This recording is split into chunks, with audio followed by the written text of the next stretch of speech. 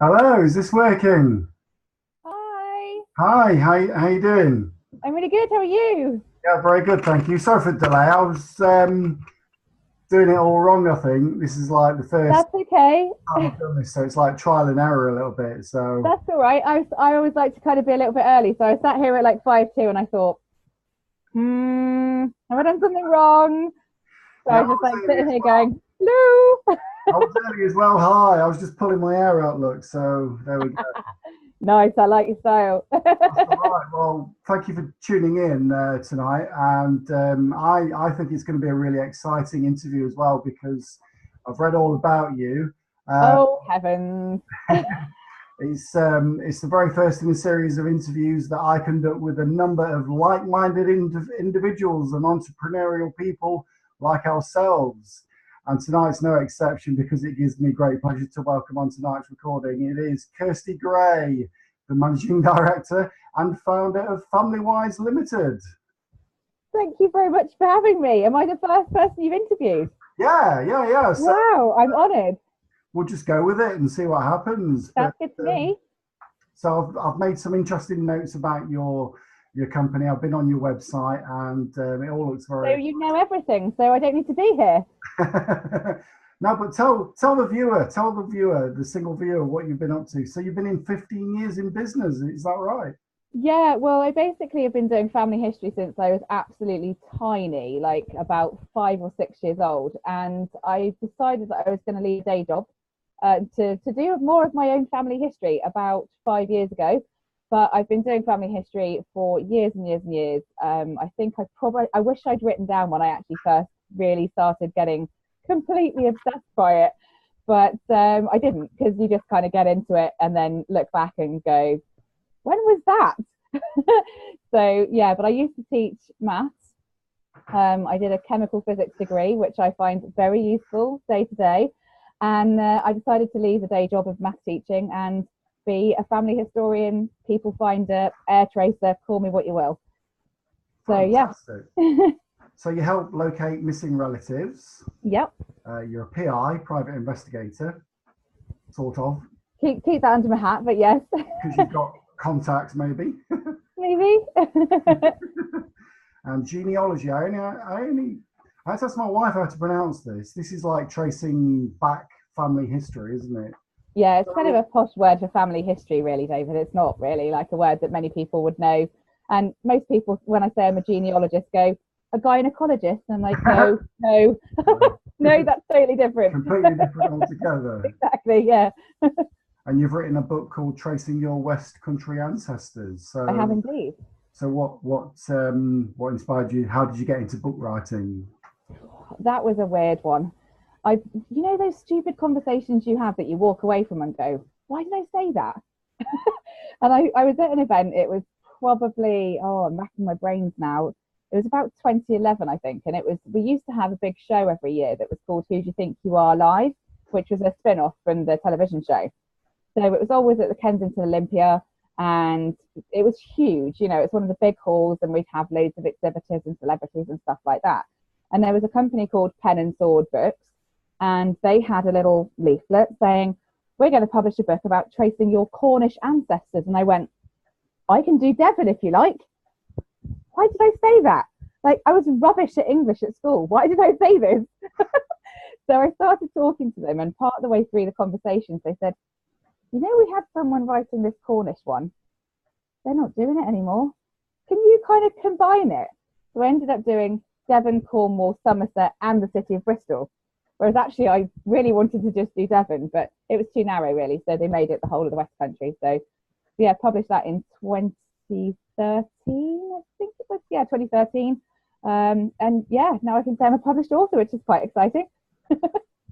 So, how do you stay focused on a day-to-day basis then? What keeps the fire burning in Kirsty? Okay, that's two different questions entirely. Focused, absolutely impossible Okay. because it my job is like it's kind of like firefighting because you don't know what's going to come in the morning, you don't know who's going to phone, and because of the diversity of what we do, because we work on adoptions, we work on finding people, we work on tracing heirs when there's no will, we work on where there is a will and people can't find them. So it's literally like I feel like an octopus all the time, trying to like get all these different bits done. So focus isn't hard. Oh my gosh, I have the best job in the world, genuinely the best job in the world. But focusing and actually having a list of things to do in the morning, not quite so simple. I can see you're very passionate about it. Does it help having a strong passion about what you do? Everyone on my team has a passion for what we do, and I don't think anyone could really work in our industry without that, or not be as successful. I don't think. I mean, I left the day job, like I said, in 2013, and I just wanted to do what I loved and be me, and not have to get up and work someone else's hours and do what I wanted to do.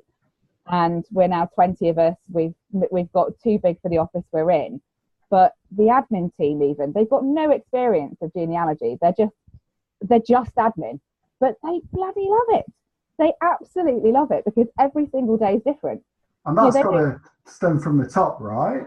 Exactly. And the passion is in everybody. And some of us are really loud and eccentric like me, and some people are really quiet. But it doesn't really matter, because the drive is still the same. The character fit is not. You don't have to have any specific skill set even, because actually you can do the kind of more compassionate side of things, or you can just drill down into research. And we've got some real like techie people that can pull stuff out of records that my mind is blown by it.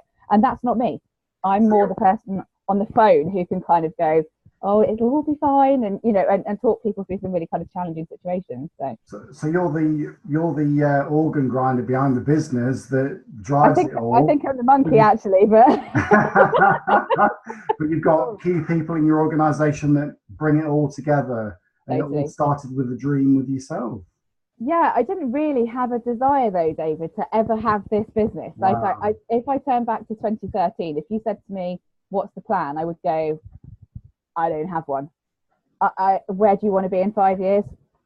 Isn't that interesting though? Sometimes you don't discover yourself until very later on in life, isn't it? No. I mean, yeah. And I'm 40 now. I was 35 when I left teaching. It was a massive risk, huge risk. I had absolutely no kind of, I've got a mortgage like most of us do when you're 35. I don't have anybody else in my world to support me in doing this. So it literally was make or break. Yeah. And here we are with, a huge business 5 years later, and, making a really good success of it, and loads of employees. So what advice would you give someone that's wanting to break out into starting a business? Without saying a naughty word, just do it. Just do it. Because you talked about risk, and that, that encompasses just doing it, doesn't it? Yeah, it's just get off your backside and do it, because I had no plan. I had no vision of where I was going to be. I didn't know how the business was going to grow. I hadn't done a business studies degree. I did chemical physics. I've done maths. So I've got bits and pieces that I can draw from all over the place. Surrounded myself by people who could do stuff that I can't. So all the bits and pieces that I'm absolutely rubbish at, I've got people who are great. So I just say, get off your backside and do it. I've got friends that are in business who say, oh, well, I've got a part-time job doing this, and I've got a part-time job doing this, but this is my business. And I just throw my hands up in despair and just go, so you've got all these bits and pieces, just get off your backside and do the one thing that you love, that you keep telling me you want to do. Go and do it. Do you read motivational books or follow motivational people at all? No, I'm in for networking, and I'm in the Now What Club. To be honest, that's more for me to support other people. That's why I'm there. Wow. In my head. Like, I'm not there for me massively. Sometimes I kind of post stuff in those the Facebook communities and things. And I do go to Now What Live. I've been to the last two, and I'm going to the next one, which is in September. But it's just me. I'm motivated myself. I don't need motivation from anybody else. I get that from me and my team, because it's just a fantastic job. Isn't it fascinating? How could you not be? Isn't it fascinating though that two people can be very, very different? Like, I think you and I are very similar in the sense that we're self-motivated, but you don't need somebody to keep your fire burning, for example, whereas I do. I have to tap into daily motivation quite often, because it's like fuel for me, you know. I've already got the fires lit. I just need to chuck on a few extra pieces of wood every now and then. Yeah, exactly. Yeah. No, I think that with the diversity of what we do, I think that's what fires us all, because every day is different. You know, I phoned into the office today. I was out of the office meeting some of my international genealogy colleagues, and I phoned back into the office because I hate being out of the office because I'm missing out on things. That's awful. So I phoned back in and I spoke to one of our office team, like the admin team, and I said, so, you know, what's going on? And she said, oh, I've done this and blah, blah, blah, blah, blah, blah, blah. Otherwise, it's a normal day. And I went, normal? What? What even is that? She went, no, I know, but just kind of run-of-the-mill stuff. So, you know, everything is completely different. I mean, in terms of some of the work that we've done, people sometimes say, you know, what do you have to do as an air tracer? Because people have seen it on the television, you know, not air as in the air around. Not that. No, not hair either, no. H-E-I-R. Yeah, so people often sort of say, well, you know, they might have seen the television show, but what does it actually look like being that person? And I say, well, I've sold houses, I've sold cars, I've sold narrow boats, I've cleared out bank balances, I've cleared out houses, I've cleared out one narrow boat that had cannabis growing in the shower and was a hoarding boat.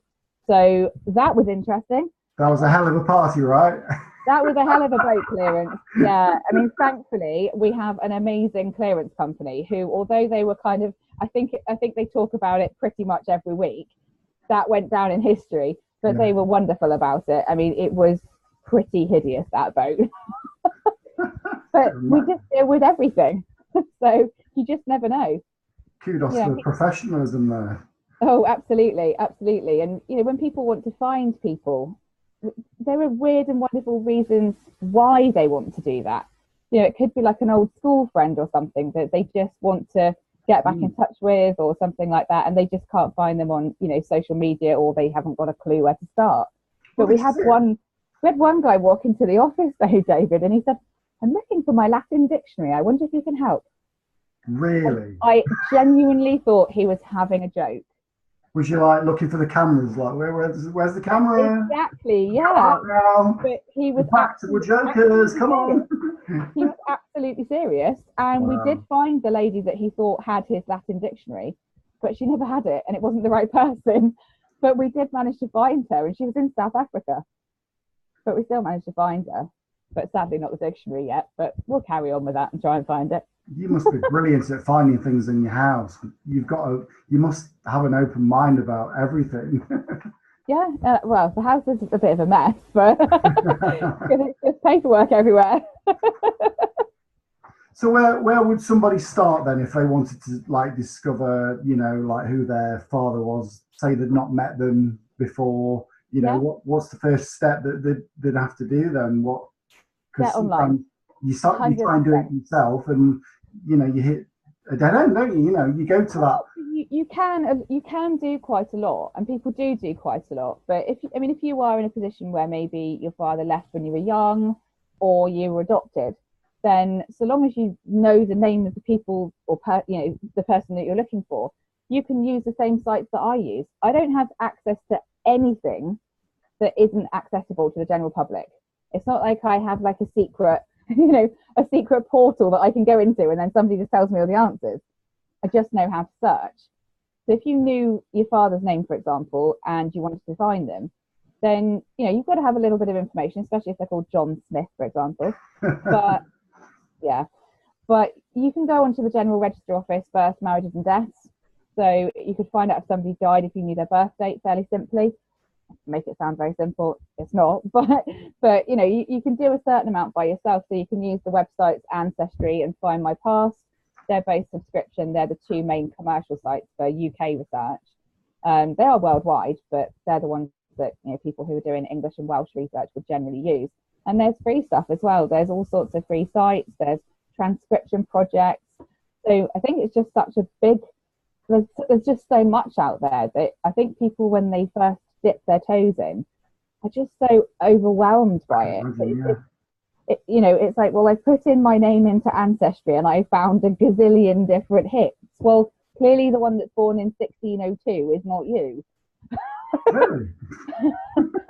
But there are loads of family trees online as well that are complete codswallop, because people do make stupid assumptions and go, oh, there's a connected record, I'm just going to pop that in, without actually going, no, that person can't give birth to someone in 1835 when they were born in 1842.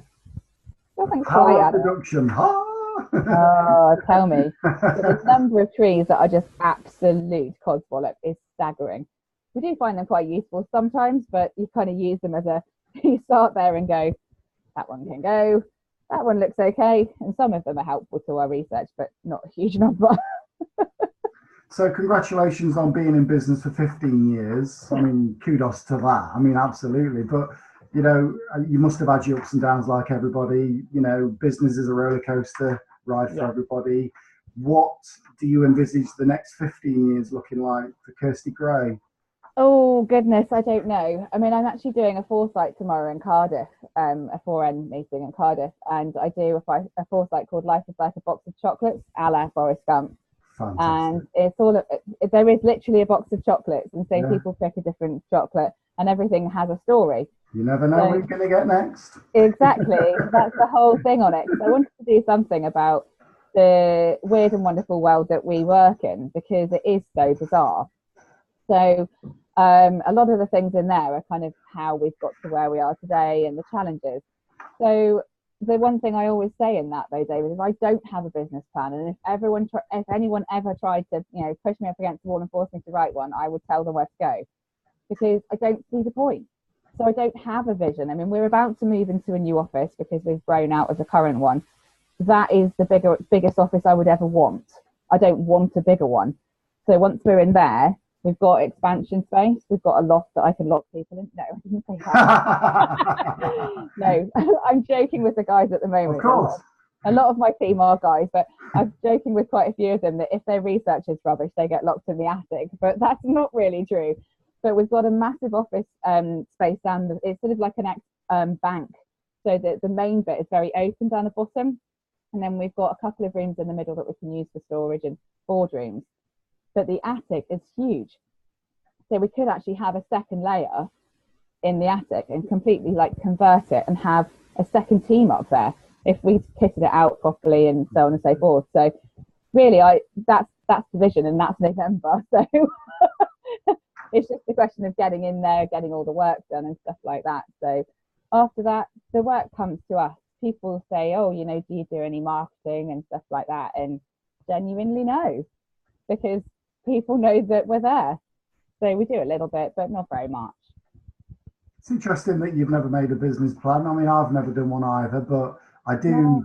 I work to lists. Lists are good. Yeah. You know, because that's like daily action kind of stuff. I mean, you know, you sort of focus on what needs to be done for that particular day, or what's an obstacle getting you to the next bit of the way you need to get to. You know, you have to overcome them, don't you? So it's quite interesting. Yeah, I mean, I had to write one for a show because I'm running a show next year, which I've started from scratch. So I had to write one for that. It's called the capitals, the Genealogy Show. We used to have, like I was mentioning before, the Who Do You Think You Are live, and they're not doing that anymore. So I stupidly said to a friend on the way back from the States, why don't we do one in England? And she went, yeah, brilliant idea. Oh, crap. Now we're up to our absolute bottoms in it. But yeah, so we're running it at the NEC next year from just 2 days, she said. But it's all of the big names. It's all the commercial providers. It's all the little family history societies. We've got some big speakers coming across as well. So yeah, it's just I'm not busy enough, so I just thought, why not? Have you had the pleasure of working with Nicky Campbell yet at all?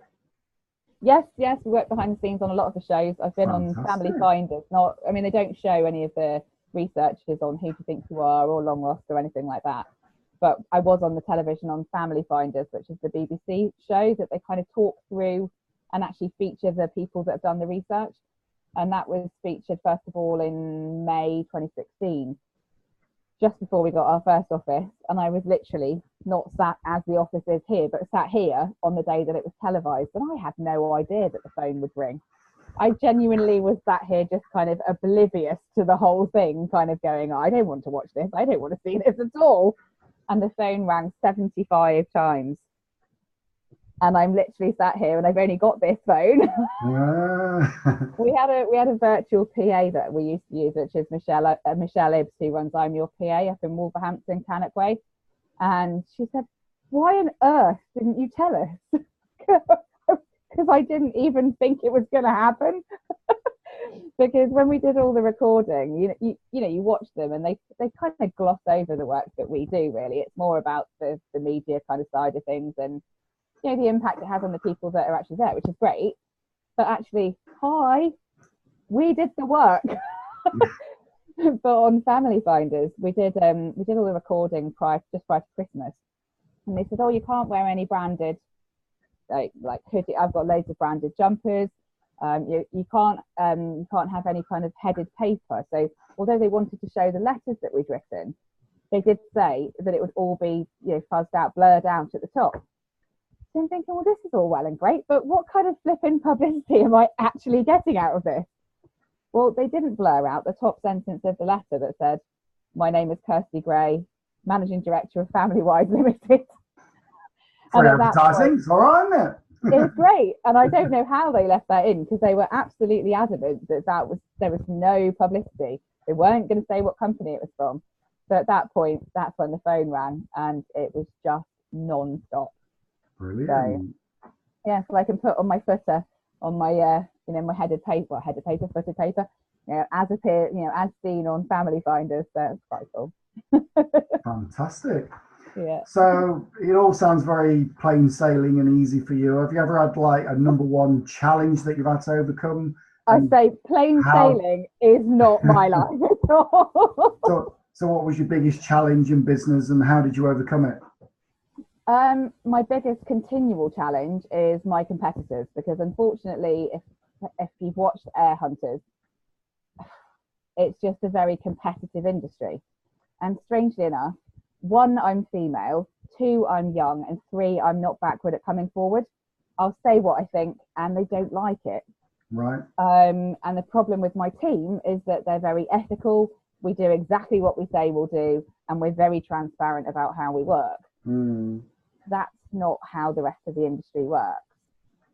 So I've got one particular company who obviously I won't name, who have tried to come at me 3 times now.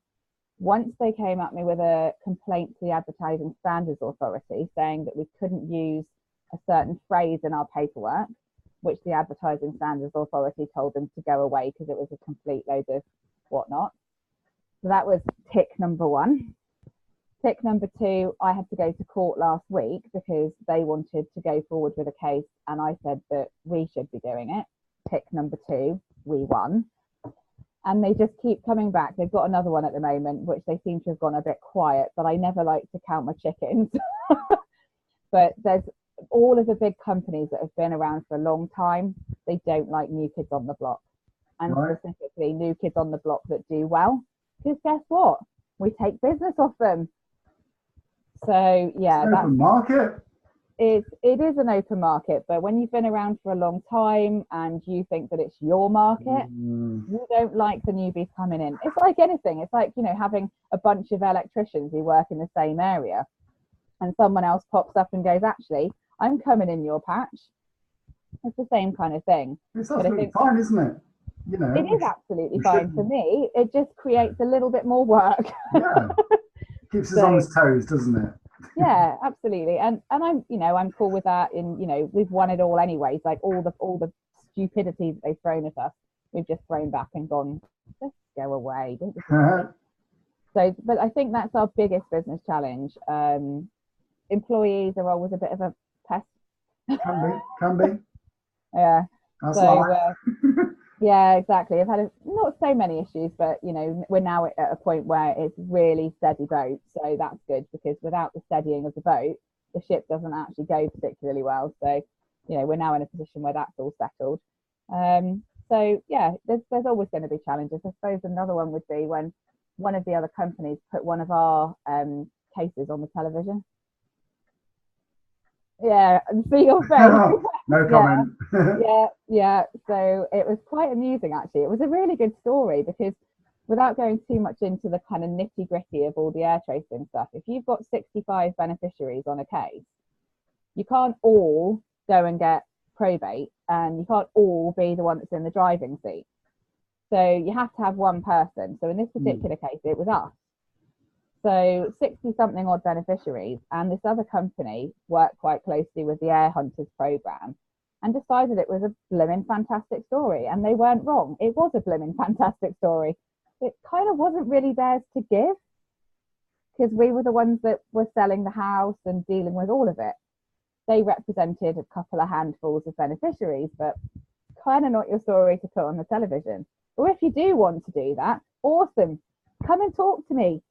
I'll give you loads more information and we'll make it even better. So I get a load of phone calls this morning when the television program was on from our beneficiaries, and I won't repeat the language, but it wasn't particularly polite. We'll just say that, you know, why didn't you tell us it was going to be on the television, but slightly more aggressive than that? I'm thinking, well, because I didn't know myself. So phoned up the managing director of the other company, and he basically blathered on about how long I'd been in the business and how, because I said to him, you know, well, just out of professional courtesy, just you could have told me, even if you don't ask, if you don't feel that you have to ask. And he said, oh, I've been in the business a damn sight longer than you, so I know a lot more about professionalism than you. I just went, well, clearly from this conversation, you don't. So, yeah, it certainly has its challenges. Mostly, I have to say, with men who are a lot older than me. Well, thank you for keeping it professional. Yes. No names, no pack drill. That's good. No libel cases going on here. No. They'll know who they are. Do you have a daily routine that you like to stick to? Oh, our routine at work is driven by the post. Which is a very odd thing in the 21st century to say, really. But we get between probably on the lowest about 15 pieces of mail every day. I think the highest we've hit is 50 every day. So I like being in the office first thing. I don't always manage it if I'm at a business networking meeting or whatever. Yeah, but what I'm trying to get at is, do you jump straight out of bed and go straight to work, or do you do something before that? No. Wow. Like me, for example, I like to meditate in the morning because it clears my head. Out the bed, down the post office, pick the post up. Straight in your job. Yes. That is your motivation. Yeah. Fantastic. Literally, it's get down the post office, pick up the mail, bosh, straight in. Literally. I don't even have breakfast at home. I have breakfast at work. Wow. Because I love getting up early, not a problem. I jump out of bed, no problem. I don't snooze, I don't anything. Straight downstairs, have a drink of water, and then headphones on, meditation, and then some motivational content, and then I'm psyched up, go for a run, and then I come home and have breakfast, and then I psych myself up for work, and then I go and hit it hard. I'm ready. Isn't it interesting how we're so different? Straight in. And I probably, if I'm in the office at about 20 past 8, half past 8, which is fairly normal, most days, unless I've got stuff that I have to go out for, I'll be there till 6:45. Okay. And then in the evenings I teach, because why not? Fantastic. So before we were chatting tonight, I've done 2 hours of maths tutoring. Wow. Busy lady. Yeah, but I like being busy. I'm not the kind of person who could sit on my backside. I can at times, you know, don't get me wrong, I'm not always on my feet, and you know, I can sit down for hours on end, but I like to keep myself busy and have stuff to do. I mean, I chair 3 societies, one over in Canada. You know, I'm that kind of person that I just like to keep busy. And so if you sense calm and quietness, you'd probably look for something to do. Oh, 100%. Yeah, absolutely. And you know, I think my driver has always been, even when I was a teacher, to make a difference. So whatever making a difference means, in whatever capacity that is, that's what I want to do. So if I can make a difference to someone by finding their sister, finding their mother, putting them back in touch with their best mate at school, whatever it might be, that's my driver. If I can make someone get a level 5 instead of a level 4 at GCSE maths. That's my driver. If I can make a society more successful, that's my driver. Fantastic thing to live by. That it really is admirable. Well, Kirsty, thank you for your time tonight. I've been asking you a lot of questions. My final question to you tonight would be, if you could ask me one question, what would it be and why? Okay, this is the question I always ask. I'm just turning it back on you now. No, this is the question I always ask people. What is your driver? I mean, we literally ended on the same thing. What is your driver? What do you want to achieve in your life? Success to me is winning at whatever I put my mind to, and that is building a successful business that can support my family from day to day, and my family's, my children's children. That's the level that I will deem success to be sort of at. And I'm sort of, I listen to the motivation every morning that drives me to continue the fire burning, and I won't stop until I get there, really, but let's just take that out of the picture a little bit. I am very grateful for what I've got currently. I think gratitude's a big thing to strive to have in your life. So if you're not happy, you'll never be happy, will you? No matter what happens, no matter what you put in your day, if you've got a massive part of it that you're not happy with, it's not going to move you forward. That's it. So it is self-driving. It does self-propel. Good answer. I like it. Yeah. Well, it's lovely talking to you and finding out about your business and you as a person and that. So this is a privilege to have you on this evening. Thank you for your time. Thank you so much for having me. Like I said at the top, I didn't realise the first one, so even more of an honour. That's it. Well, we have to start somewhere. Absolutely. Have a good evening. Thank you. All right. Cheers, David. Thanks.